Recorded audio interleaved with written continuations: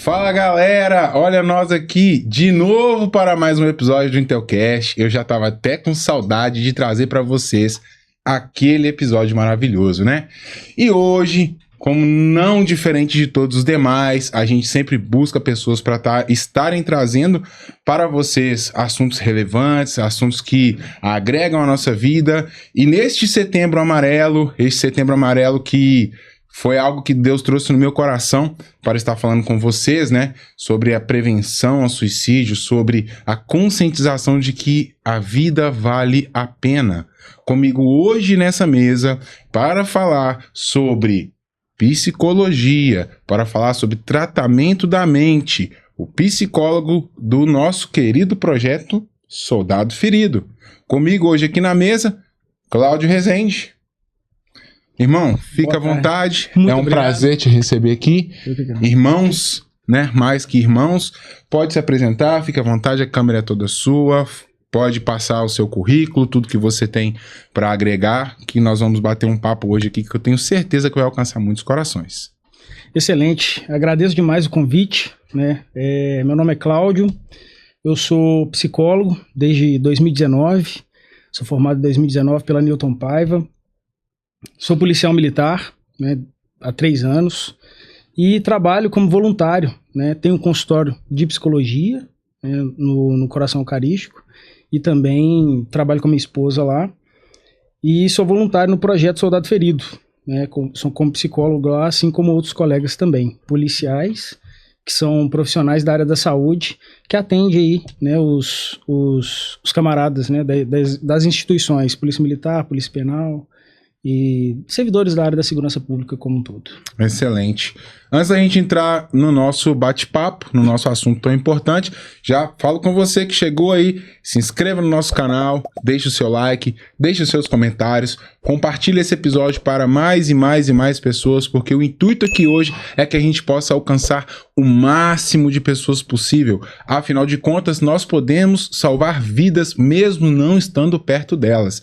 E vamos, obviamente, também falar dos nossos patrocinadores, aqueles que estão sempre aqui conosco, permitindo que o Intelcast aconteça. Bacana? Já não é novidade para ninguém que a All Fitness Suplementos e a Evolution Fitness estão conosco já há quase um ano. A All Fitness Suplementos é a sua loja de suplementos mais completa de Santa Luzia, situada no mesmo endereço da Academia Evolution, dentro da academia. Inclusive, lá você encontra vestuário fitness muito top, suplementos de primeira e aquele carinho, aquele aconchego, aquela recepção e tratamento que só lá vocês vão encontrar. E na Evolution Fitness, academia completa, 3 ambientes onde você faz o seu aeróbico ali separado do treino de musculação, ou seja, você tem privacidade para cuidar de si e cuidar do corpo também é cuidar da mente, né, irmão? Com certeza. E claro, por fim, o nosso querido projeto Soldado Ferido, que está aí conosco hoje, que tanto me representa, que eu me sinto muito parte disso. Silvano, mais uma vez, muito obrigado por me deixar fazer parte deste projeto que tanto me representa, que nos representa. Não é, meu nobre? Então, simbora para o nosso bate-papo. Cara, eu acho interessante, né, a gente conceituar o Setembro Amarelo, deixar as pessoas entenderem de fato o que é, porque a gente vê que tem muitos meses aí com cores que representam lutas, né, representam conscientizações, e às vezes com tanta nomenclatura, tantas cores ali, as pessoas às vezes até se perdem. Então, fala um pouquinho pra gente sobre qual é a proposta do Setembro Amarelo, qual é a ideia que a gente carrega nesse período, né, e o público que a gente busca atingir. Então, o Setembro Amarelo ele foi uma iniciativa que se deu aí desde 2013, mais ou menos, 2013, 2015, para tratar justamente uma conversa, a escuta ali das pessoas, né, de quem está sofrendo algo em relação à saúde mental, para conversar sobre o assunto. E o amarelo vem muito da questão da atenção, da luz, né, da esperança. Então, por isso que eles escolheram essa cor amarela. E é um convite a escutar mesmo o outro. Porque tem um um estigma em relação ao falar sobre suicídio, que muita gente acredita que falar sobre pode incitar as pessoas ao ato em si. Só que isso, ao longo do tempo, a gente tem visto que não é bem assim. Nós precisamos falar a respeito, nós precisamos conversar sobre o assunto. Isso é o que faz com que a pessoa se desarme ali, de certa forma, para que ela se proteja ainda mais, né? No sentido de falar mesmo sobre o assunto, né? Para a pessoa ficar mais à vontade. Não é à toa que uma coisa que inclusive eu estava pensando a respeito desse assunto, né? Para falar sobre isso, assim. Algumas pessoas elas têm um tabu ao falar sobre o assunto, e uma das formas de lidar com essa situação, quando a gente percebe alguns sinais de alguma pessoa, é justamente falar assim diretamente com ela. Se ela pensa algo no sentido do suicídio, algo no sentido assim, muitas das vezes a gente pensa assim, não vamos abordar o assunto direto, não, porque vai que incita a pessoa a querer o suicídio, né? Mas na verdade tem que ser diretivo. Só assim a pessoa vai desarmar ali naquela situação para ela se sentir acolhida. Isso é de extrema importância que as pessoas que estão à nossa volta, inclusive a gente vai falar sobre rede de apoio e tudo mais, que é muito importante, né? Principalmente aqui nas carreiras de segurança pública, né? Os companheiros de guarnição, né? Enfim, lideranças. Essas pessoas elas são de extrema importância para lidar justamente com isso. Identificou algum sinal? Vamos falar sobre esse aspecto com a pessoa diretamente. Então, o Setembro Amarelo é basicamente isso, é um chamado para ação no sentido de ouvir o outro, de dar atenção para o outro, né? Hoje a gente enfrenta dados alarmantes, espantosos, terríveis dentro da segurança pública. Nosso intuito aqui é alcançar todos os corações que necessitam de acolhimento, mas nós, como irmãos que temos o mesmo sentimento de pertencimento pela farda, pelo militarismo, pela missão. Quando a gente vê amigos sucumbindo à batalha mental, a gente se abala muito, né?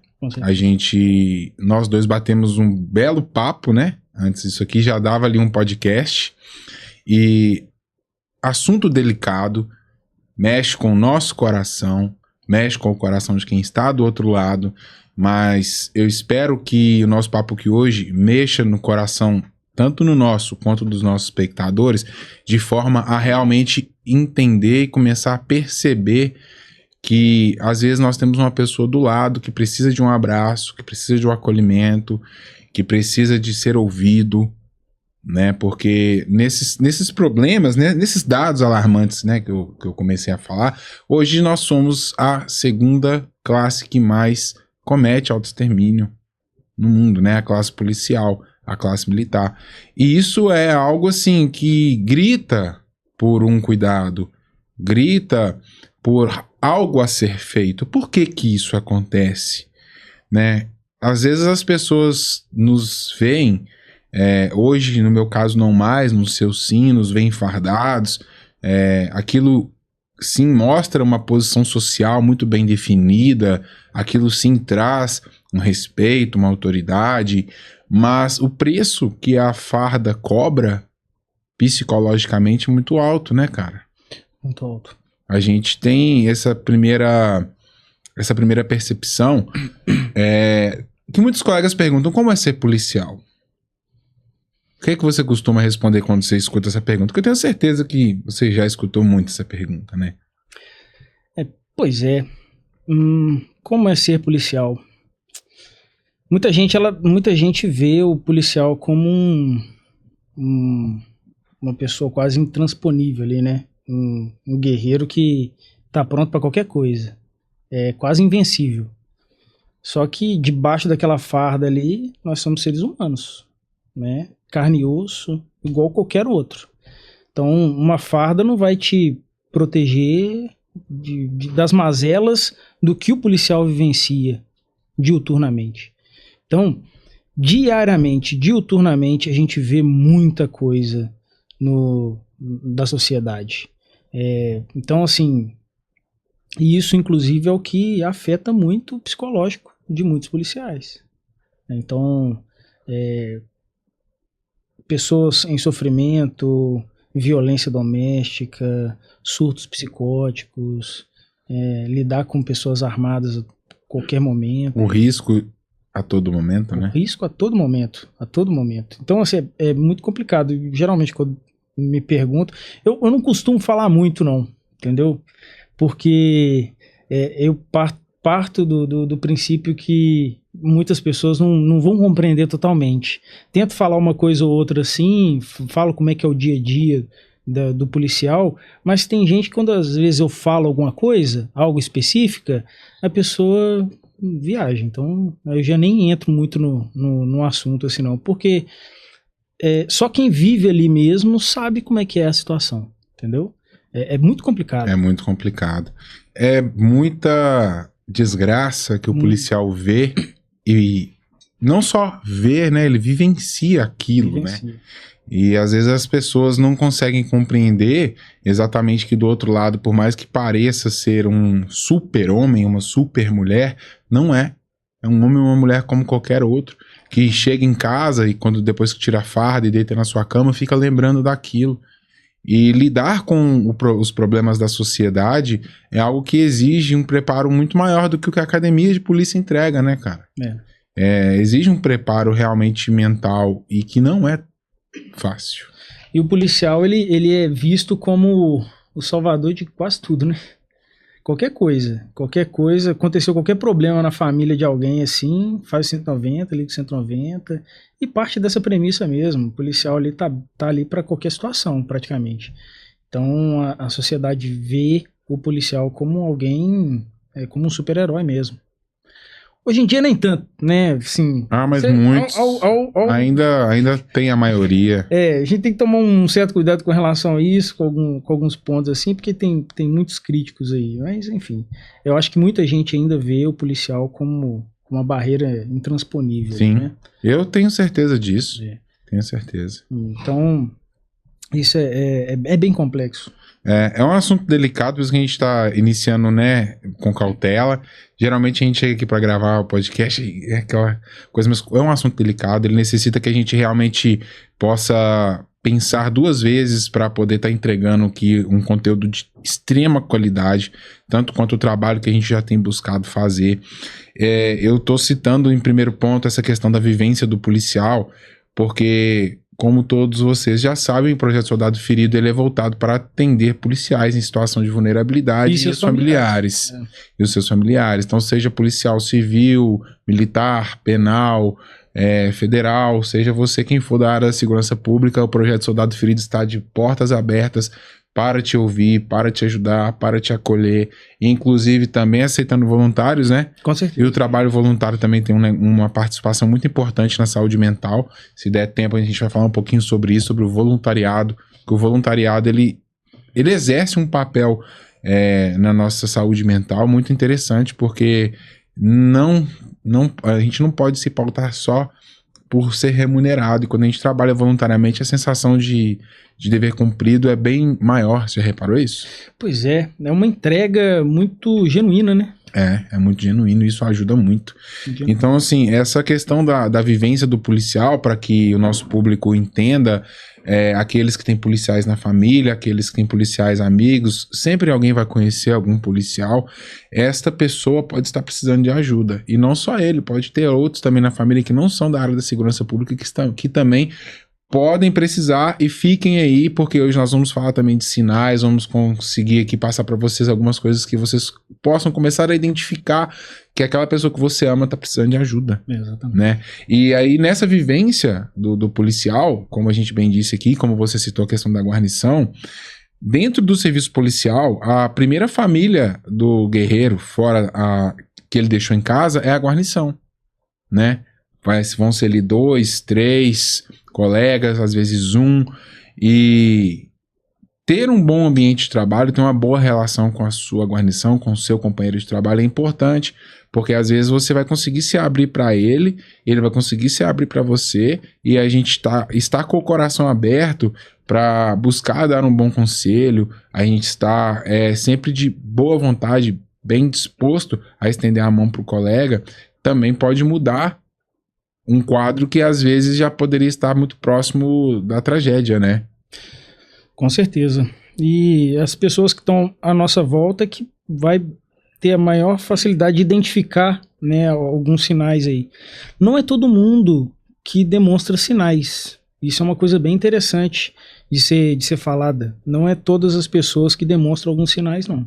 A gente consegue perceber alguns sinais, como desesperança, a pessoa que começa a falar assim que não está aguentando mais, que não está suportando mais, quer findar ali, né, a sua situação ali de vida ali, enfim. Só que tem algumas pessoas que não demonstram, por incrível que pareça. E o policial, de uma forma geral, ele é moldado a não demonstrar fraqueza, né? Então a gente cria uma armadura, uma casca para não demonstrar fraqueza. Então, demonstrar fraqueza é visto como algo negativo para lidar com o dia a dia, né, do trabalho. Então, quem está trabalhando diuturnamente do lado ali, é extremamente importante que eles identifiquem alguns pontos ali. Ó, esse polícia aqui, o camarada aqui está um pouquinho diferente hoje, né? Quem tem mais noção assim, tem mais tato, conversa com o cara, entendeu? Conversa com o polícia lá e tal. Isso é muito importante, porque nem sempre vão ter outras pessoas de fora para auxiliar ele ali, é mais as pessoas que estão à sua volta. E os familiares, de certa forma, por mais que a gente às vezes tenta falar algumas coisas para quem é da família assim, a gente não vai falar tudo, né? A gente não vai, tem coisas que a gente vivencia e tudo mais que não há necessidade de ser falado. Então, alguns sofrimentos, algumas coisas assim que a gente precisa poupar também as pessoas que a gente ama, né? Então, quem vivencia ali é que geralmente tá ali para te apoiar. Então, são os companheiros de guarnição. Então, isso é muito importante, que identifique uma mudança de comportamento, né? Esses são alguns dos sinais. Uma mudança de comportamento, ó, o cara chegou ali meio estressado, ou tá muito fechado, tá muito silencioso, né? Vamos conversar aqui, ô polícia, vamos conversar aqui e tal, o que tá acontecendo, entendeu? Chama no canto, não precisa se expor o companheiro também na frente de todos da guarnição. Se a pessoa identificou ali, chama ele, conversa, entendeu? E se sabe de alguma coisa também, não expõe depois também, não. Isso aí nossa, isso aí é complicado demais. Essa questão da exposição, pelo menos nesse primeiro contato de guarnição, assim, vamos ser francos agora. A gente tem que saber escolher quem está do nosso lado, né? Com certeza. Tem bons profissionais em todos os lugares, assim como também tem maus profissionais em todos os lugares. Guarnição é o segundo conceito de família, a partir do momento que você sai da sua casa, a irmandade. Então, se o guerreiro tá trabalhando com alguém ali que não dá pra ele essa segurança, até porque, né, cara, estamos nós dois aqui na guarnição. A sua vida é minha responsabilidade e a minha vida é sua responsabilidade. Pra caramba! Então, se você tá trabalhando com alguém que não tem esse pensamento, tá na hora de trocar de guarnição, Exatamente. Tá na hora de trocar de parceiro. Imagina lá numa troca de tiro lá, um disparo lá, o seu camarada aqui, ele vira as costas e sai correndo. Entendeu? É complicado. É complicado. Pra você ir pra ação ali, você tem que saber muito bem quem é que tá do seu lado. Né? Exatamente. É aquele cara que você pode chamar pra conversar, se abrir. Porque essa questão da exposição também, a gente vai chegar, né, nesse ponto, tem muita coisa, né, que a gente falou sobre essa questão. Às vezes o cara, ele fala assim, eu não vou procurar o psicólogo do batalhão, eu não vou procurar o psicólogo do HPM, eu não vou procurar o psicólogo da Clips, porque eu vou ser estigmatizado, porque eu vou passar situações constrangedoras, porque eu vou ser taxado de doido, né? E tudo isso está dentro do mesmo contexto do super-homem. Exatamente. Está dentro do mesmo contexto de eu preciso ser forte o suficiente para suportar isso aqui sozinho e não permitir que tirem o meu porte de arma para que eu ande desprotegido. Na cabeça do policial, se ele tá sem arma, ele tá pelado. Então, se eles tiram do cara aquilo que ele julga ser a ferramenta mais importante para defender a própria vida, ele tá deixando ele na situação de vulnerabilidade. Exato. Né? Com certeza. E aí esse trato, primeiro, com uma pessoa de confiança que não vai te expor, pode ser e vai ser, talvez, a principal porta para você conseguir dar um passo mais significativo, né, na solução do problema. Às vezes o problema se resolve ali já, né? Pois é. Eu penso assim, o companheiro de guarnição ali, não que ele seja um profissional da área da saúde e tudo mais, só que ele tem ele conhece o seu companheiro de guarnição, então ele sabe do seu dia a dia, conhece a família geralmente, né? Conhece a família, sabe o que ele tá passando. Então, talvez uma conversa ali franca, né, direta, genuína ali com o companheiro ali, já sana a pane de muita coisa, né?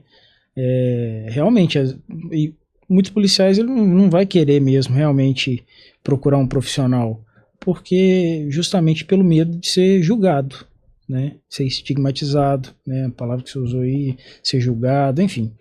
Então, só que isso é uma coisa que eu acho muito importante, uma crítica minha, acredito que plausível, né, de certa forma. Por mais que a gente, como policial, fique com medo de procurar um profissional do batalhão, da CLIPS, do HPM, ele tá ali para te auxiliar da melhor forma possível, né? Do projeto também. O projeto, inclusive, nasceu com esse intuito. Se o polícia, ele tá com uma certa dificuldade, uma certa resistência de procurar o profissional ali da instituição, se ele tiver com algum receio e tal, procura lá o projeto, entendeu? Procura outros profissionais que seja da área da saúde ali, para escutar ele, para escutar os seus problemas. Só que em muitos dos casos, é o que eu estava falando com você anteriormente, muitos dos casos há necessidade realmente de reter a arma do policial, porque é um protocolo da instituição, muita gente acha ruim, acha, mas tem alguns casos que há necessidade disso, porque é muito complicado uma pessoa que está em extremo estresse, tá vivenciando uma tensão muito grande, e estar com uma arma de fogo pode ocasionar alguma tragédia, contra si mesmo ou contra outros. Então, por mais que o policial fica com um certo receio de tirar o armamento ali, mas em algumas situações é importante. Mas vamos lá, vou te soltar uma pergunta capciosa agora. Porque a situação é a seguinte, cara. Não seria, muitas das vezes, a polícia retirando o porte de arma do guerreiro uma forma de dizer a responsabilidade não é minha? Porque quando a pessoa, infelizmente, está motivada a isso, ela não precisa de uma arma, ela só precisa de vontade. Não, e ela pode conseguir arma de outros meios também. Né? Pode conseguir arma com outros meios. Mas vão ter várias outras formas de acontecer. Infelizmente, a gente perdeu um colega agora recente que foi tentar salvar uma pessoa, né? Nessa circunstância, acabou caindo junto de cima do viaduto, foi muito trágico, até isso, né? Porque olha até onde o policial vai para cumprir a sua missão, né? Mas quando eu falo isso assim, não é generalizando, né? A gente tem que tomar um certo cuidado. Lógico que, por mais que às vezes a gente pode, igual eu falei essa questão assim, mas não são todos os casos. Não são todos os casos. E aí que está o X da questão, né, do profissional que está ali capacitado para isso. A gente sabe que a instituição tem os seus protocolos, né? Então pode ser que qualquer situação eles vão agir dessa mesma forma, porque é um protocolo. Agora, se o policial ele tem a noção do que está acontecendo com ele ali, conversa com quem é o mais próximo, entendeu? É aí que está a questão do que a gente está falando antes. Uhum. Conversa com as pessoas que estão muito próximas ali, o companheiro de guarnição, algum amigo que seja fora da instituição também, mas conversa com alguém para lidar com essas dores ali, para lidar com o sofrimento que ele está vivenciando.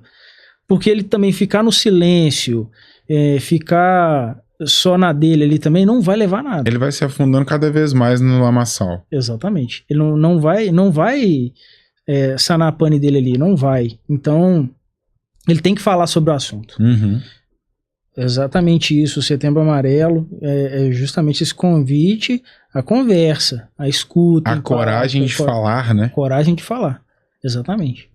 E cara, esse papo nosso aqui vai dar pra nós bater muito papo aqui, viu, Léo? Segura aí. Eu passei, como te falei, né, situações depressivas. No início desse mês de setembro eu tinha uma outra proposta para tocar os conteúdos, mas Deus veio e tocou muito forte no meu coração para falar sobre isso. E aqui a gente falando num termo mais clínico do seu lado, e no meu caso, estudo de caso. Eu passei por 3 processos depressivos, né? Pós-polícia, e com muitos resquícios de muita coisa que eu vi e passei dentro da corporação. Vi de perto como é o tratamento também da corporação nesse sentido. É um tratamento corporativo, né? A polícia é uma empresa. Uhum. E ali o colega ele vai encontrar psicólogos hiperatenciosos, carinhosos, que vão ser humanizados, vão encontrar outros também extremamente profissionais que não vão se envolver emocionalmente, vão fazer o papel dele, e tá tudo bem com isso, né? Tem que estar tudo bem com isso. Mas essa questão da primeira abertura é que de fato é o ponto-chave da história, porque quanto mais o guerreiro se cala, quanto mais o guerreiro se isola, mais ele se afunda no lamaçal da depressão. Eu sou um caso típico, um exemplo disso. Quando a gente toma coragem para falar e não tem alguém para falar, também acontece a mesma coisa, porque a gente não vai querer levar para dentro de casa, para a esposa, para os filhos, para o pai, para a mãe, para o irmão, algo que está nos destruindo por dentro, para não destruir eles também. Uhum. O pensamento, geralmente, da pessoa que está passando por um processo depressivo complexo é não fazer com que os outros sofram, porque ele já está sofrendo e ele acha que se ele fizer o outro sofrer, ele vai sofrer ainda mais, né? E às vezes esse primeiro passo de conversar com o colega, ou de vamos reforçar que é todo tempo, procurar o projeto e conversar com vocês lá, conversar conosco lá. Eu acredito que em algum momento também eu vou estar ainda mais pronto para poder estar ajudando nesse sentido dentro do projeto, que são pessoas que já vivenciaram, que conhecem, que entendem, que às vezes o cara nem vai precisar falar muito para que a gente realmente entenda o que está se passando, né? Porque somos seres humanos que passaram por situações institucionalmente semelhantes. Uhum. Então, esse trabalho de conscientizar, a encorajar a procurar alguém para falar, e entender que tudo bem se não for dentro da sua casa, tudo bem se você não se sente à vontade para procurar um profissional da instituição. O projeto está aí, o importante é ter coragem para continuar vivendo, é ter coragem para falar, né? Com certeza. O negócio é ter essa coragem mesmo para se abrir, para falar. Independente com quem seja, o ideal é que seja profissional da área, né? Mas se você não tá dando conta de falar diretamente com ele nesse primeiro momento, amacia ali, procura um amigo, né? O que a gente tava falando mesmo, algum familiar que não seja muito próximo, que você não queira afetar diretamente com fatos negativos demais, mas procura alguém ali de confiança para você conversar, e depois, se você se sentir bem, procura um profissional. A gente está aí no projeto mesmo justamente nesse sentido. Nós, igual você bem falou, somos todos da área da segurança. Tem profissionais também que não são da área da segurança. São poucos, mas a maioria são da área da segurança, ou seja, conhecem ali da vivência do policial, sabe o que se passa. Então, melhor do que qualquer outro, a gente consegue escutar, consegue se colocar no lugar, né, dele ali, que é a questão da empatia, né? Se colocar no lugar do outro ali, que é muito difícil, inclusive, que muitas pessoas não conseguem fazer isso, né? Ser empáticos com policiais, né? Se colocar ali no lugar dele ali é muito difícil. Você acha alguém que consiga se colocar ali naquele lugar ali, por mais que às vezes alguns profissionais eles são capacitados para isso, mas tem alguns extremos assim que às vezes a pessoa não vai dar conta. Então a gente ali no projeto está exatamente nesse sentido, para escutar da melhor forma possível, né, e pontuar quando for necessário. E eu acho que é isso, assim. Tem quantos profissionais da saúde mental hoje no projeto lá atendendo? Se não me engano, são uns 8. 8. Isso, mas enfatizar isso hoje. Somos 8. O projeto, os agendamentos são feitos pelo WhatsApp do projeto mesmo? Geralmente procura pelo WhatsApp do projeto e direciona pra gente. Pois é. Quando o projeto Soldado Ferido surgiu, no coração do Silvano, né? Ele ainda não tinha nem logo. Eu estava lá fazendo meu curso de instrutor. E o Silvano é uma ferramenta de Deus na minha vida, cara. Eu amo o Silvano como um irmão. O Silvano me abraçou em um desses processos depressivos, né? E olha pra você ver como que são as coisas, né? Ele me levou pra dentro do clube pra dar aula e mexer com arma, mas aquilo me fez bem. Então, assim, é realmente muito complexo. Bom, você é formado na área, né? Eu só sou um exemplo de caso que deu certo, graças a Deus, né? Mas, assim, o ambiente, não importa muito o que você esteja fazendo, o importante é que o ambiente te acolha. E lá dentro a gente tem um ambiente acolhedor realmente. E aí, quando eu lá, durante o tempo que eu trabalhei lá no clube, né, de escala, instruindo, o Silvano comentou comigo sobre o projeto, ele falou tudo que ele realmente gostaria de estar desenvolvendo através do projeto Soldado Ferido, e graças a Deus não demorou muito, o projeto já saiu do papel, já se tornou algo consolidado, e eu fico muito feliz de ver que a cada dia que passa o projeto só evolui, cresce, alcança mais pessoas, né, consegue de forma clara e objetiva transmitir para o público aquele que é o propósito, que é mostrar para as pessoas que por trás de uma farda, que por trás da sensação de super-herói que um policial proporciona para quem está perto, porque ninguém gosta de polícia até precisar dele, né? Isso é fato. Então, não tem uma pessoa, eu não desconheço alguém que no momento de aperto, seja qual for, não pensou em chamar a polícia, porque a polícia traz segurança.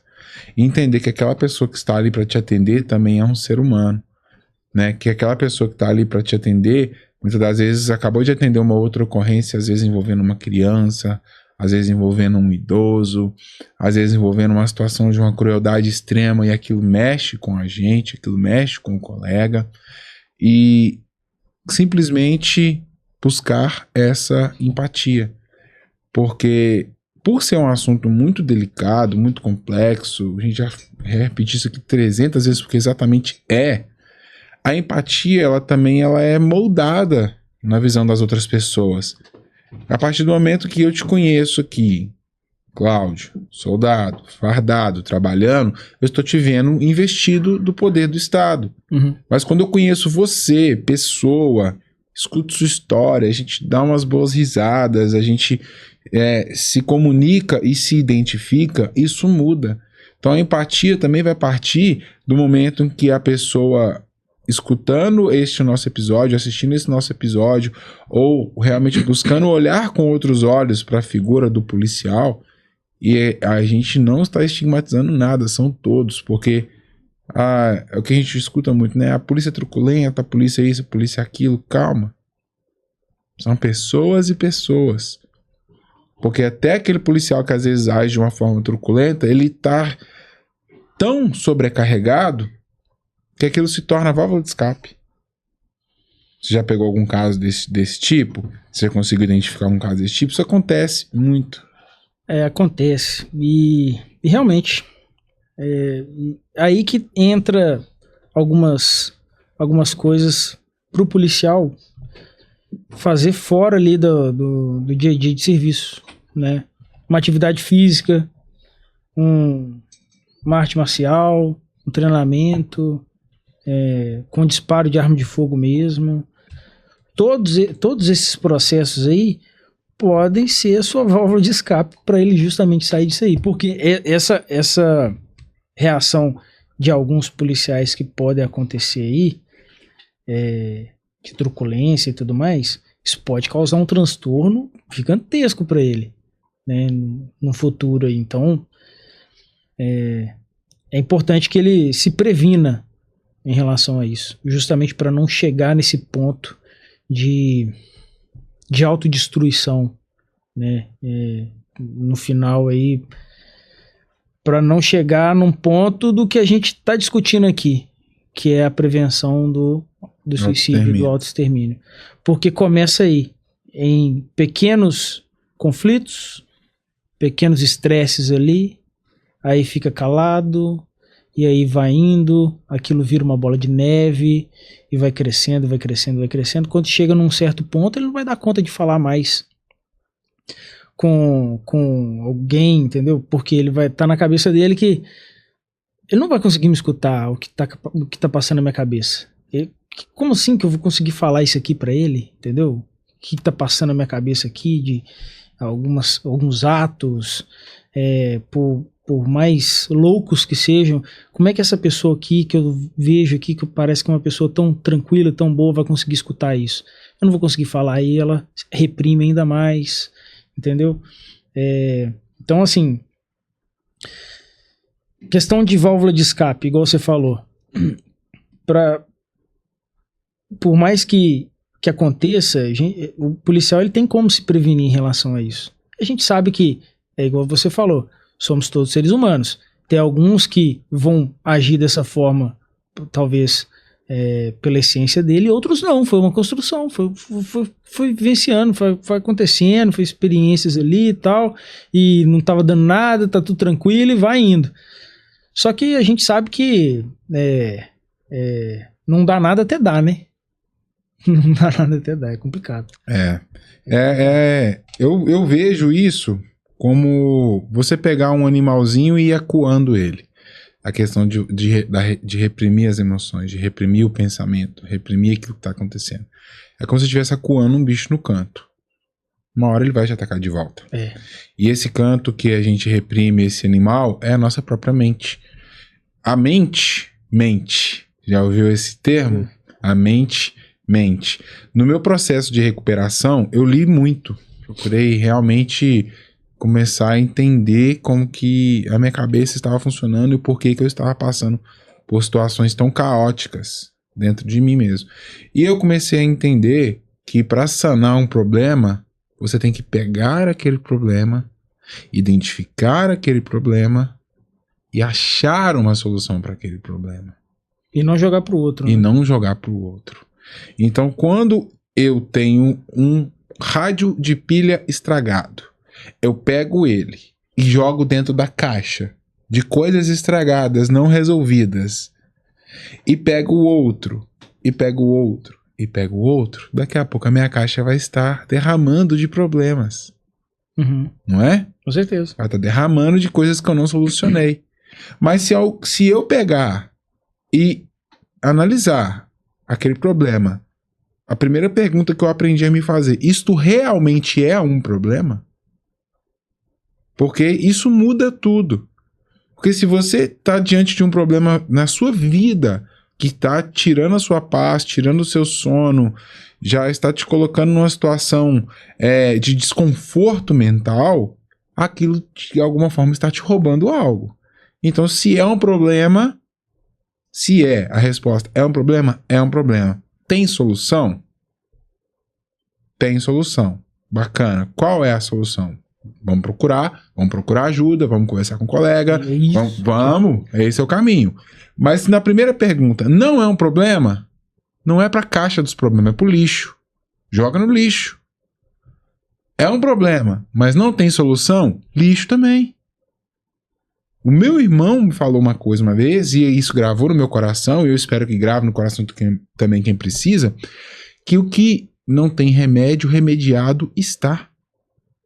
Então, às vezes, a gente se pega muito em alguns problemas que não tem solução, porque não estão no nosso controle, porque a questão de ter solução ou não ter é outra pergunta. Eu tenho controle sobre isso, eu não tenho controle sobre isso. Se eu não tenho controle sobre isso, não tem solução. Lata de lixo. Não faz parte de mim, eu separo. Isso aí não é meu, não me pertence. Isso é uma coisa que eu sempre falo pra muita gente, inclusive. Isso faz parte, então, inclusive, de uma questão filosófica, né, do estoicismo. O que você controla, você lida com aquilo. O que você não controla, não é seu, não te pertence. Então, você separa. Deixa quem é que controla aquilo ali controlar aquela situação. Então, você só se dá conta daquilo que você controla, daquilo que você consegue resolver da sua solução. Igual você deu um exemplo aí de um rádio quebrado. Se você tem a solução, identificou, você não consegue resolver aquilo ali imediatamente, tem um profissional que consegue te auxiliar, pega aqui, vamos conversar aqui sobre o assunto aqui. Como é que para resolver essa situação aqui? Ele vai te dar alguns meios, algumas ferramentas, algumas situações para você lidar com aquela situação. Só que quem vai resolver é você. Você. Essa é a questão, né? Exatamente. É o mais interessante. Essa questão do lado psicológico. Eu falei isso de proporcionar as ferramentas. Eu falei isso recentemente no conteúdo. Somente nós somos capazes de transformar essa realidade. Então, isso é até falei nessa aula dessa semana, é a autorresponsabilidade. Autorresponsabilidade é diferente de autocobrança. É diferente de autossabotagem. Autorresponsabilidade é eu saber até onde eu posso ir e até onde me cabe as ações necessárias para resolver o meu problema psicológico. Então, tô mal. Por que eu tô mal? Por causa disso. Como que eu vou lidar com isso? Assim, não sei, vou te procurar. Cláudio, me ajuda. Eu tô com esse problema, não tô conseguindo achar uma solução. Não tô conseguindo encontrar uma forma de sanar esse problema. Às vezes você também pode me mostrar que aquilo não é bem um problema, né? Aquilo é uma adversidade como qualquer outra. Porque no decorrer da nossa vida, nessa luta, nessa correria, nessas descargas de estresse que a gente tem, a gente começa a distorcer a realidade. Por isso que a mente mente. Porque às vezes a gente está enxergando um problema muito grande em uma situação e na verdade não é algo normal. É algo da vida. É algo que acontece com todo mundo e a pessoa tá ali agarrada com aquilo, com aquela pedra, achando que ela tem a obrigação de resolver uma coisa que é absolutamente normal. Insanável, né? Insanável. Realmente tem algumas pessoas, e tem pessoas que são assim mesmo, né? Só lida com a situação na dor ali, pega aquilo, abraça e só... Mas aí que tá o X da questão, a gente conseguir identificar para lidar com essa situação, para sair desse lugar, né? Sair desse lugar. Como que você sugeriria para quem tá nos ouvindo, para mim também, uma forma, assim, talvez mais simples de realmente começar a identificar que algo tá te roubando a sua paz, tá te roubando o seu descanso, tá te roubando o seu sono. Identificar, realmente começar a nomear. Porque, como a gente falou aqui um pouco antes, às vezes isso é um problema que vem lá da infância do guerreiro, onde ele não tinha voz, onde ele passou por situações onde ele teve que se virar sozinho, e os pais, às vezes, estavam passando por algum problema, enfim. Às vezes a raiz do problema, da falta de coragem para falar e de acreditar que ninguém pode ajudar, vem lá de trás. O que você consegue falar comigo e aos nossos espectadores que, sei lá, uma forma, um caminho para realmente começar a identificar isso e desmistificar esse tipo de pensamento? Isso é bem relativo, porque vai de caso a caso, né? Acho que não tem um ponto específico assim para você conseguir identificar qual que é o problema ali seu que tá causando um desconforto ali, que tá te afligindo. Mas, de certa forma, vamos lá, dar um exemplo aqui. Se no seu dia a dia, com as pessoas à sua volta, não tá dando muito certo algum ponto, algum aspecto, tem alguma coisa errada. Então, por exemplo, sei lá, seu relacionamento não tá fluindo de forma correta ali, tem alguma coisa errada. É comigo ou é com a outra pessoa? Você tenta conversar com a outra pessoa para ver o que tá acontecendo. Se você identificar que ali tá tudo bem ali, não tá com nenhum problema em relação ao outro ali, aí pode ser algo meu. Você pergunta o que tá acontecendo, sei lá, não sei, tô divagando aqui. Uhum. Tô pensando numa ideia meio aleatória aqui, mas eu acho que eu acho que justamente tá aí a questão da dificuldade de lidar com muitas situações. É exatamente por isso que muita gente sofre, porque ela não consegue identificar totalmente algo que tá passando por ela ali, entendeu? Porque muita coisa que a gente vivencia, nós mesmos não vamos conseguir identificar, precisa de um terceiro, precisa de uma pessoa que vem de fora para conseguir observar algo ali, entendeu? Que suspenda aquilo. Você que está vivenciando, está sofrendo com algo ali, vai ser algo tão natural, tão normal, tão comum, que para você aquilo ali é normal, entendeu? Então é difícil da própria pessoa identificar o sofrimento dela ali. Então, por isso que precisa de terceiros, precisa de uma outra pessoa para pontuar, para ver o que está acontecendo, para dar um insight, para dar um choque ali naquela pessoa ali, para ver, aí ela toma consciência de algo ali, ó, tem alguma coisa errada. Uhum. Aí começa a trabalhar aquele ponto ali. Aí ela vê como é que ela pode fazer para trabalhar isso.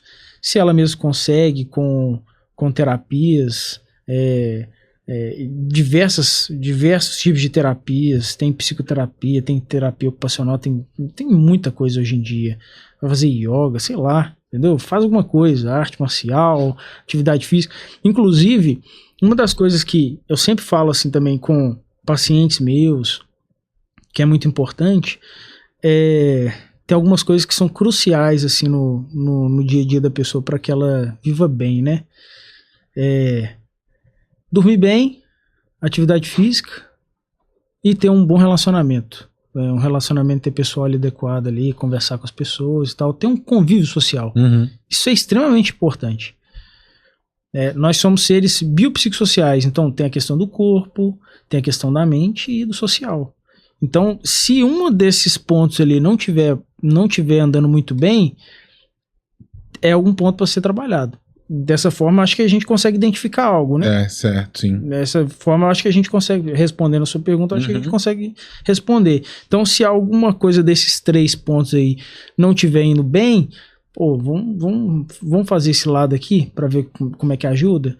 É uma pessoa que não pratica atividade física, só que ela considera que a mente dela tá muito boa ali, né, o psicológico e o social dela tá bom, mas a saúde física ali não tá de certa forma, alguma coisa vai pender ali para um lado que vai afetar alguma coisa do outro lado aqui.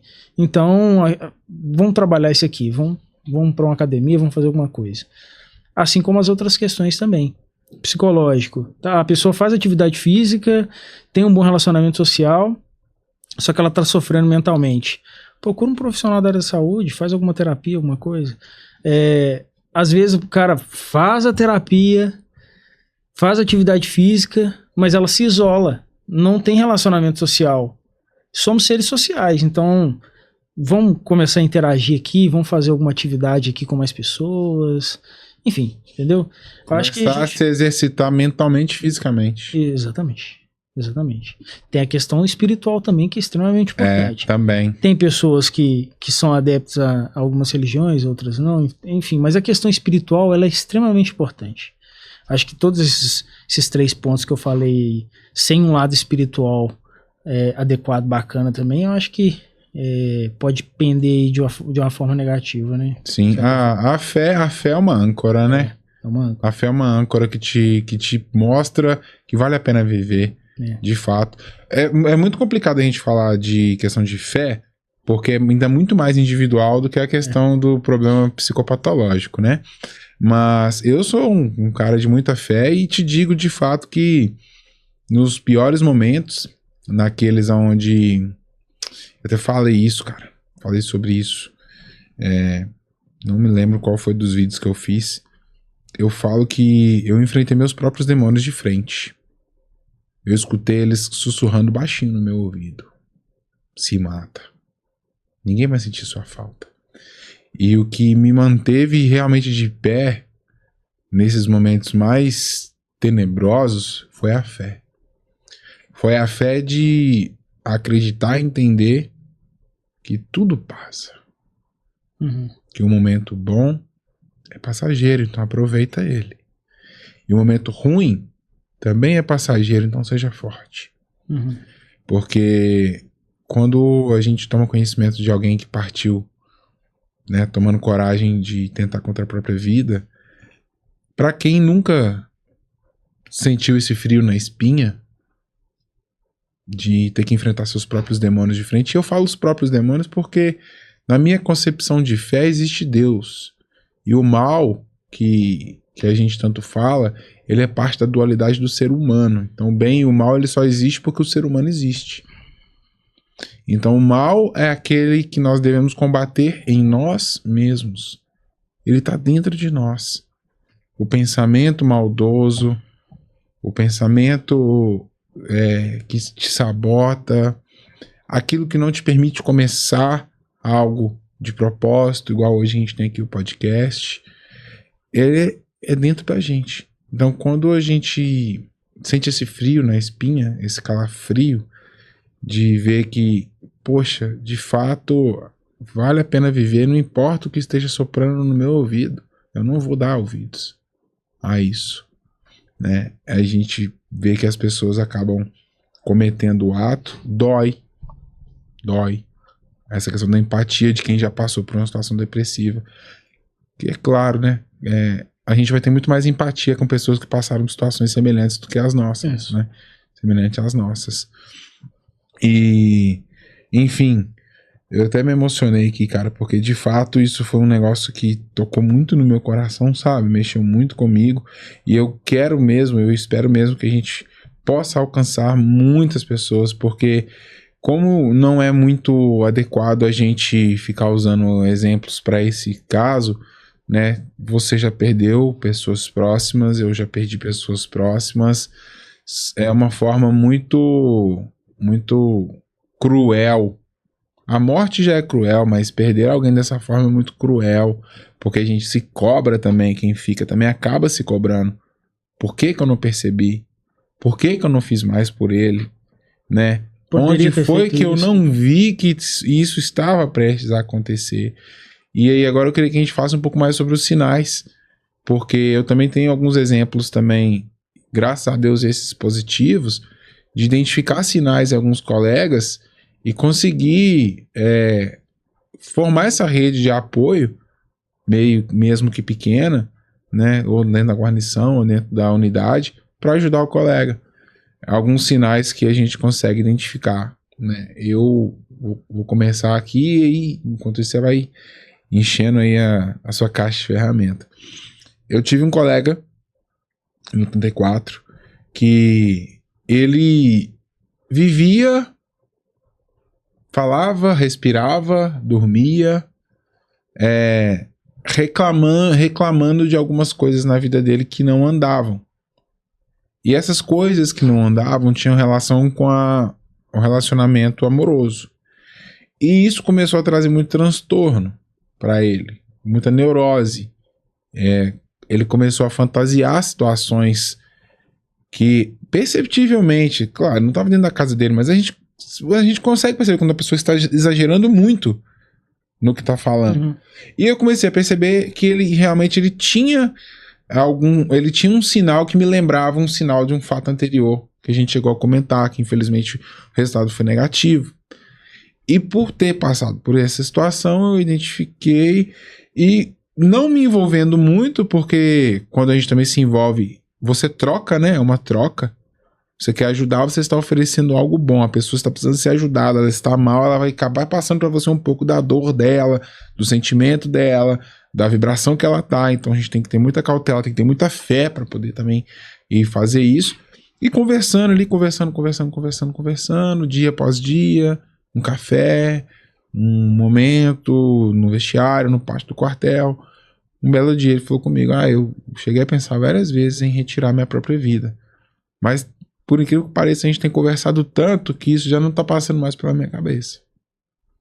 Né? E aí, eu queria que você citasse todos os sinais que você tem aí catalogado na sua mente, para que as pessoas lá do outro lado também consigam se preparar para ajudar, né, Alguém que possa estar próximo, precisando. Uhum.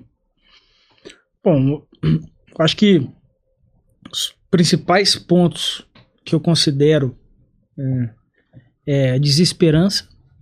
Pessoa que acabou para ela nada mais faz sentido na vida dela, nada mais faz sentido. Eu acho que ele já quer interromper a vida ali. A pessoa começa a ficar muito na dela, muito silenciosa. Não tem muitos sinais assim, não. Eu não consigo nomear muitos sinais aqui, não. Igual você pediu pra falar um monte aqui, não tá me vindo muito na cabeça. Abre a caixa de ferramenta aí. Tá nervoso? Já passou os 15 minutos. Mas vamos lá. A pessoa, ela fica mais restrita, ela fica mais na dela. O simples fato dela já comentar algo a respeito do autoextermínio, por mais que sei lá, você tá tendo uma conversa com alguém aqui, aí ela cita uma situação em específico, do nada, acende uma luzinha de alerta, né? A gente tava conversando uma coisa que nada a ver. Significa que ela tá no próprio mundo ali, né? Falou um negócio de suicídio ali, estranho. Enfim, acho que isso aí pode ser considerado um sinal. Desesperança, sinais de automutilação. Na área, quem é policial não vai ter muito isso não.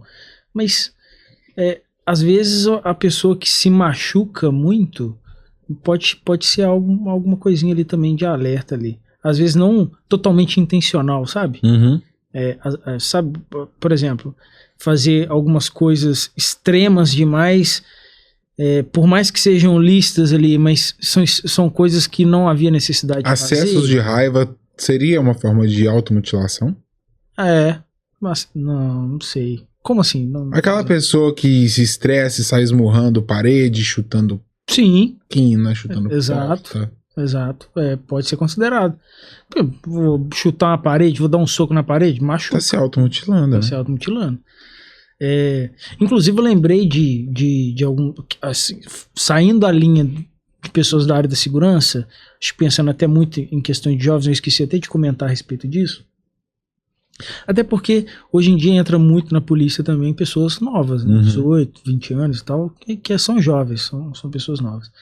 E pessoas que vivem cobertas demais, mesmo em tempo muito quente. Sabe aqueles jovens assim que só ficam de preto, moletom, tá um dia ardendo de sol, meio-dia só a pina, a pessoa lá de blusão e tal, às vezes tá querendo esconder alguma coisa, entendeu? Algum hematoma, alguma automutilação acontece. Eu mesmo já atendi gente assim, inclusive. Já atendi caso assim, de automutilação mesmo, cheio de corte, entendeu? E são pessoas que se tampam o tempo todo. Uhum. Essa questão dos jovens aí, eu tenho uma filha de 14 anos, né? Ela esses dias chegou em casa me contando que uma colega da escola estava se mutilando dentro do banheiro da escola e ela chegou a desfalecer dentro do banheiro da escola. Mudou muito, aumentou muito o número de suicídio entre jovens.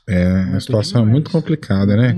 Aumentou muito. Não era um índice alto demais há um tempo atrás, mas aumentou bastante. A gente até tenta tratar disso de uma forma mais ampla, assim, que realmente todo mundo consiga entender pelo menos um pouco a respeito do assunto, a respeito das situações, mas é um mal que está afligindo, assim, toda a sociedade. Pois é, e com as redes sociais tem intensificado muito, né? Porque as pessoas se fecham ali nas redes. Por exemplo, vê no Instagram mesmo, por exemplo. Ali você só vê coisa boa, né? A pessoa só posta coisa boa. Não quer postar coisas ruins. Tira o olho da tela e olha pro lado, a vida dela tá completamente diferente daquilo. Isso. Aí a pessoa se fecha naquilo ali, só vê coisa boa. Mas minha vida tá um lixo. É. Minha vida não é assim. isso também pode ser considerado um sinal, porque, sei lá, não um sinal totalmente assim para o autoextermínio, mas alguma coisinha ali que pode iniciar, alguma relação tem, né? Que pode levar a pessoa a situações um pouquinho mais depressivas. Digamos, se a pessoa já tiver realmente algum declínio para uma situação de depressão, isso pode ser um fator que vai empurrar ela mais nessa direção, né? Pode ser um gatilho. Pode ser um gatilho. Então, a rede social, ela nos limita, né? De certa forma, a gente se fecha ali na rede ali e acaba limitando os laços sociais, as conversas. Então a gente se fecha ali naquele mundo digital e acaba prejudicando esse lado também. Essas de tantas são as vulnerabilidades de fato que a gente acaba se submetendo, né? Acho que no caminho pra gente falar em si da depressão, que minha opinião leiga, pelo que eu vou observando, pelas coisas que eu já passei, o problema ele chama depressão, só que ele tem tentáculos. TDAH, burnout, isso, aquilo. Pra mim, minha percepção tá tudo dentro do mesmo balaio da depressão, e a depressão é o pivô desses outros problemas. É diferente. TDAH é uma coisa, transtornos de depressão e de humor são outras. Mas geralmente uma pessoa que tem o TDAH, se ela não trata e se ela não identifica, ela vai progredir até a depressão. Isso, aí que tá. Todos os transtornos, vamos falar todos não, mas a maioria deles pode ir a episódios depressivos. Pode ocasionar episódios depressivos. Não são todos, mas pode. Por exemplo, uma pessoa que tem TDAH é uma pessoa que geralmente ela é mais hiperativa, agitada, tem um déficit de atenção ali. Isso, em tese, não tem relação total com a depressão. Mas ela não tratar isso e ela ter um problema social em relação a isso pode levar a episódios depressivos, que aí pode vir a esses outros quadros, né? Aí pode intensificar e ir para outros lados, inclusive a autoextermínio, por exemplo. Assim como um transtorno de humor. O transtorno de humor é aquela pessoa, o bipolar, né? A pessoa, vezes, ela tá eufórica, vezes está depressiva. Na euforia, ela não vai ir ao ato, né, de automutilação, de autodestruição e tudo mais. Só que na parte depressiva, sim, por exemplo, entendeu?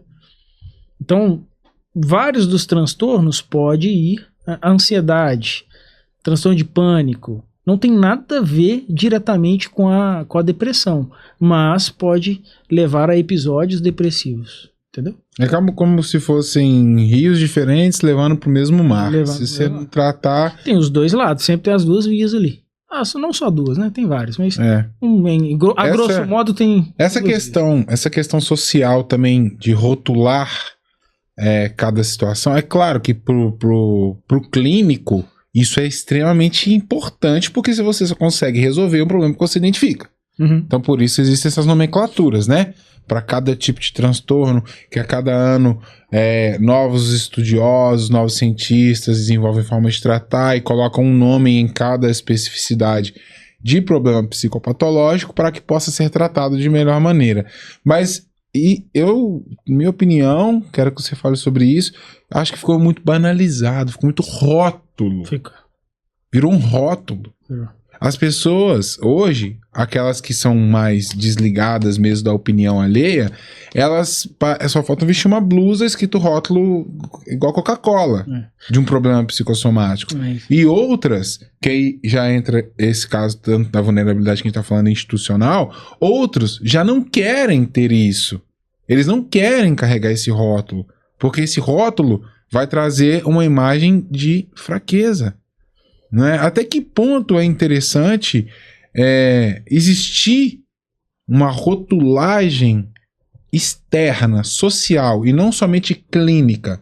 Porque clínica é necessária. Mas essa rotulagem social, sabe? Essa busca que às vezes vem fantasiada de inclusão, mas é o contrário. Tem que tomar um pouquinho de cuidado falar nisso, porque tem as críticas, né, tem várias linhas de pensamento. Eu sou da linha de pensamento que, igual você falou, é importante o diagnóstico, né, de certa forma ali, saber o que eu estou tratando ali, mas não há necessidade de falar para a pessoa aquilo, entendeu? Uhum.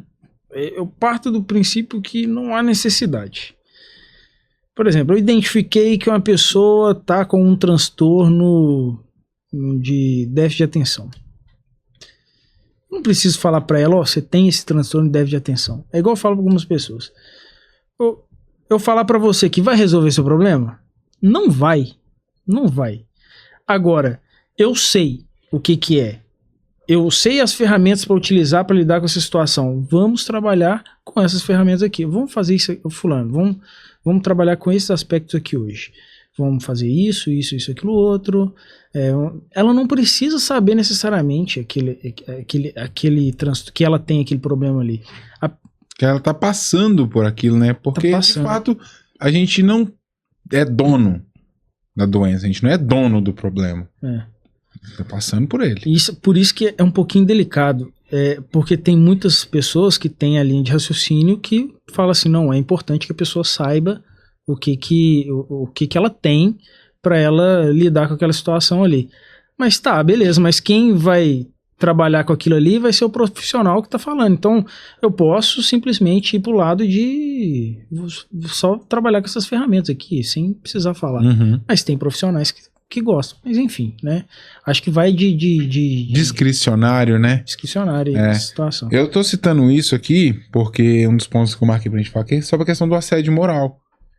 E mais uma vez, minha percepção, quando uma pessoa tá rotulada por algum problema psicossomático que ela esteja passando, ela acaba sofrendo uma chance maior, né, de ser assediada moralmente.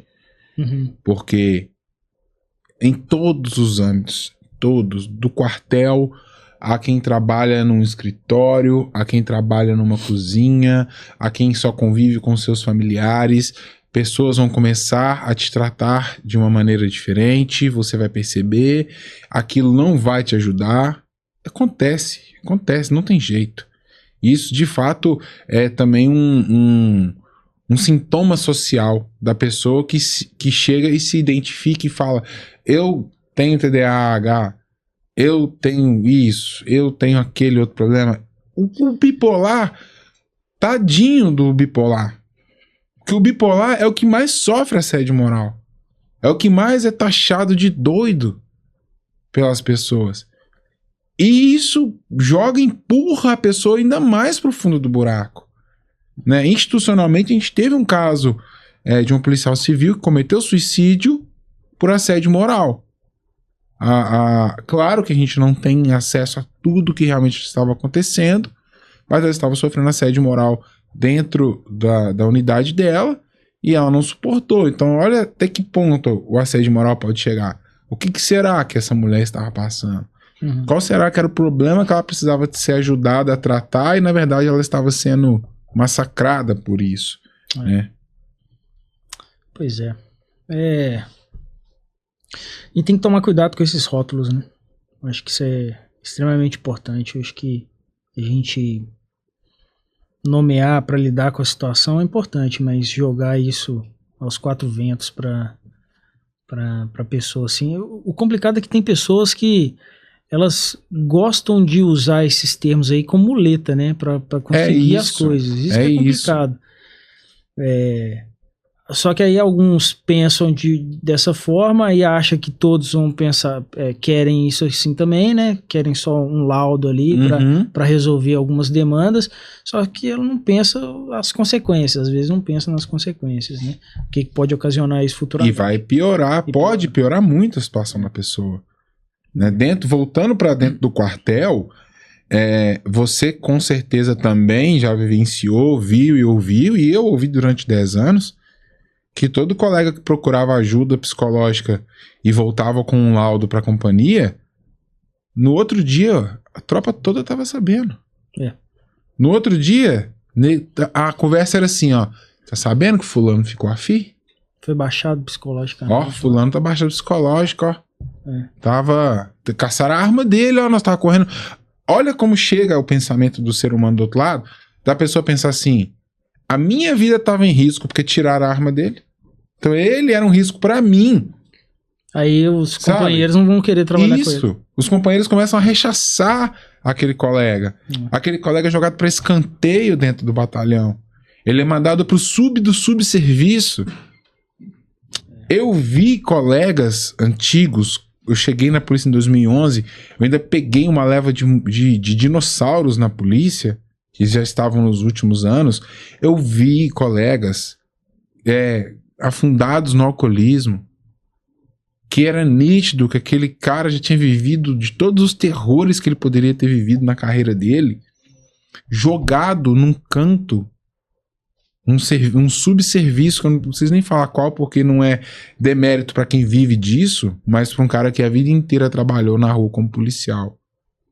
Ter que carregar um carrinho de mão cheio de entulho dentro do quartel é uma parada bem complicada, né? É. E o cara precisando de ajuda.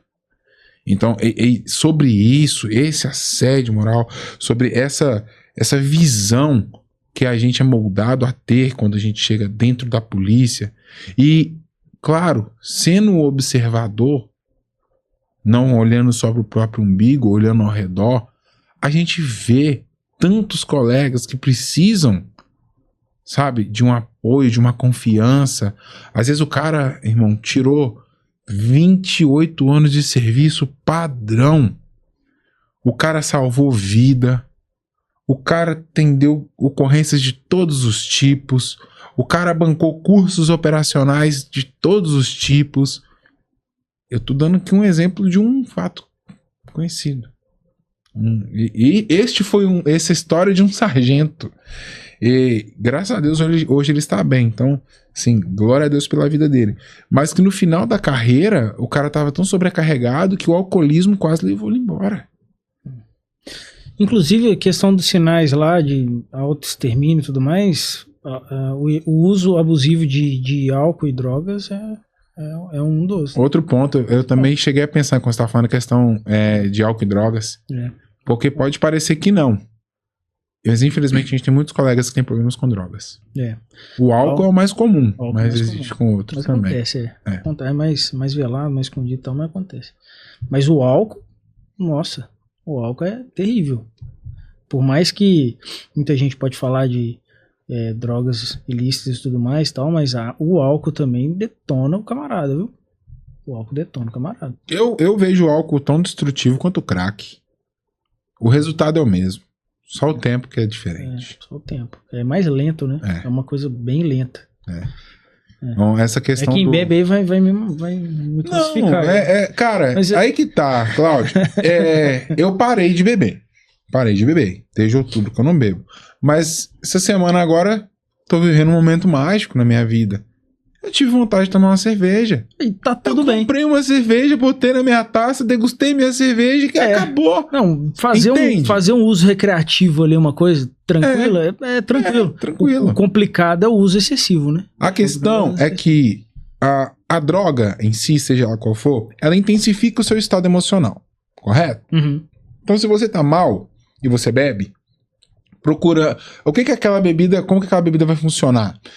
Você vai começar a achar que ela vai tapar o buraco da sua dor. Que ela vai te fazer esquecer aquele problema que tanto está te atormentando. E não vai. Então isso vai te levar à compulsão. E acontece para comida também. Acontece para outras coisas também. Mas claro que o mais prejudicial é o álcool e drogas, né? Porque se o cara comer 2x tudo depois de ficar bolado com alguma coisa, tá tudo tranquilo. Mas pode acontecer no futuro ele desenvolver uma obesidade. Uma digestão ali, boa também. Tá tudo bem. Mas a questão do álcool e da droga, não. Então o cara, ele caminha para aquilo e ele acha naquilo uma falsa sensação de alívio. Porque é falso. Uhum. A sensação que qualquer droga proporciona de alívio é falsa. Beleza, tá intensificado todos os sentimentos, tá mal, bebeu, usou, não vai parar, vai virar um problema. Quando você tá bem, primeira coisa, Isso, mais uma vez, é minha própria experiência. Tô bem, eu tomo uma cerveja, eu fico satisfeito. Falo, nossa, que bacana.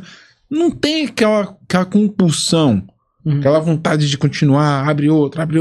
Não tem. Então, tudo começa na mente e tudo termina na mente. Identificar, se eu tô bem, beleza. Eu vou sair, eu vou dar uma volta, eu vou me divertir, posso tomar uma cerveja. Eu tô mal, às vezes eu preciso de um tempo para me recolher também, porque a gente falou dessa questão de se recolher. Não vai se isolar de tudo, do mundo, mas tira um momento para se recolher, e ao invés de ficar remoendo o problema, vai a fazer essa autoanálise que a gente falou, né? Começar a tentar identificar os pontos e resolver para que você esteja bem, para você voltar lá para fora. Porque é muito triste mesmo. Não é pela estigma da situação. É triste a gente ver qualquer pessoa passando por um problema psicossomático, sendo rotulada, sendo assediada moralmente, passando por tudo isso, e ela mesma também não tá sabendo como lidar e tá dando mais munição, que é o caso da vitimização que você falou. Olha, eu vou falar um negócio aqui, viu? A questão do álcool. A pessoa que bebe todo dia uma cervejinha pode ser considerada alcoolista. Eu já ouvi. Mesmo sendo pouco, não, eu só bebo, é recreativo, é social. Mas você bebe todo dia. Mas eu bebo todo dia. Isso é uma doce ilusão, um engano. Eu tenho um tio que infelizmente ele tem problemas com álcool, e aí se ele beber 2 cervejas ele fica ruim.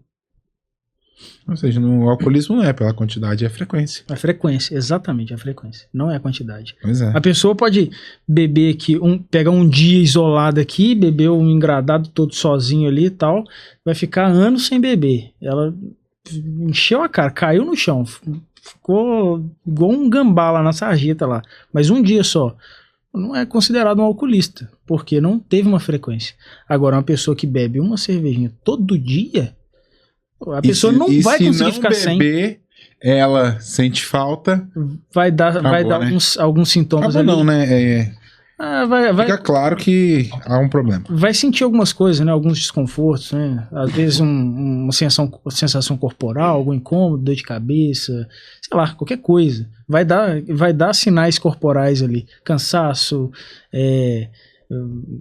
sei lá, não vai querer fazer alguma coisa, enfim. Ou seja, vai virar um empecilho para alguma coisa, né? Isso é. Meu querido, você vê, o tempo passa. Nós estamos com 1 hora e pouco de papo, chegando no final. Eu tenho uma pergunta praxe, essa pergunta ela é a alma do nosso podcast. A gente fala sobre propósito, e o que a gente está fazendo aqui é propósito, né? É propósito de vida. E a pergunta é a seguinte, cara, que eu sempre faço para meus convidados aqui: qual que é a sua visão para um mundo melhor, sua visão de um mundo melhor, através do que você está desenvolvendo com o pessoal no projeto, através do que você já desenvolve na sua carreira como psicólogo, como policial. A suma da pergunta é: venda seu peixe, fala comigo aí o que você tem de melhor e o que você espera com esse melhor que você oferece para o mundo e para todas as pessoas. Então, eu espero que as pessoas se deem, elas se comportem, não se comportem, elas estejam bem socialmente, entendeu? Sem transtornos, sem sofrimento demais, sem ficar escondendo, aí trazendo inclusive para a minha área, sem ficar escondendo muitas coisas, os seus problemas, os seus sofrimentos.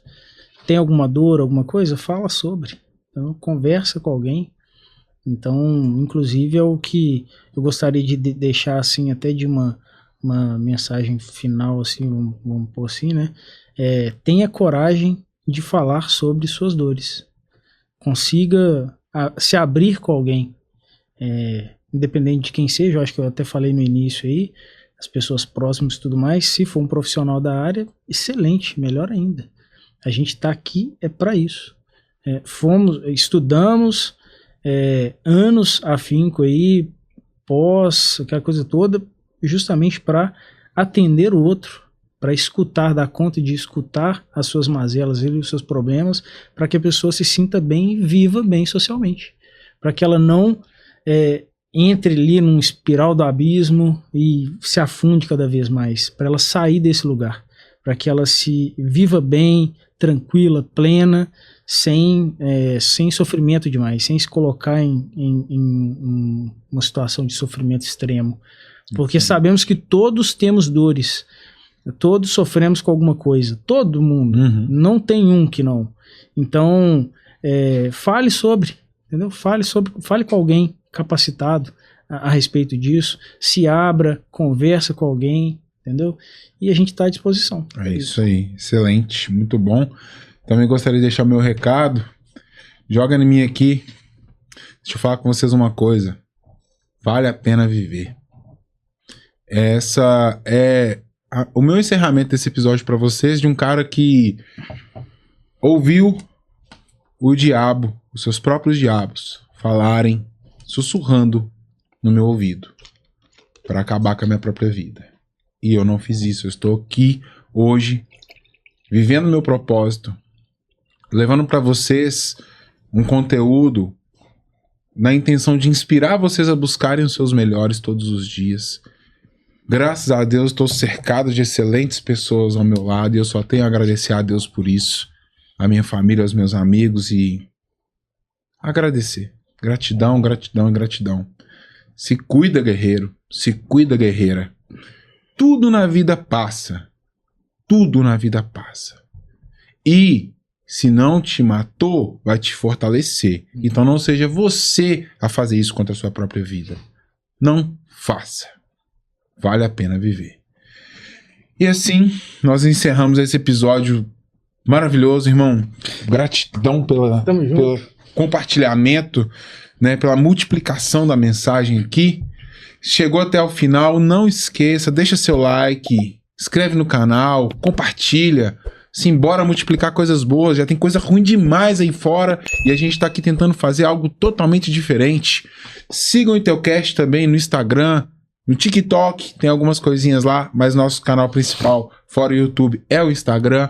Nos ajudem a multiplicar, compartilhar, difundir essas mensagens que a gente traz aqui para o máximo de pessoas possíveis.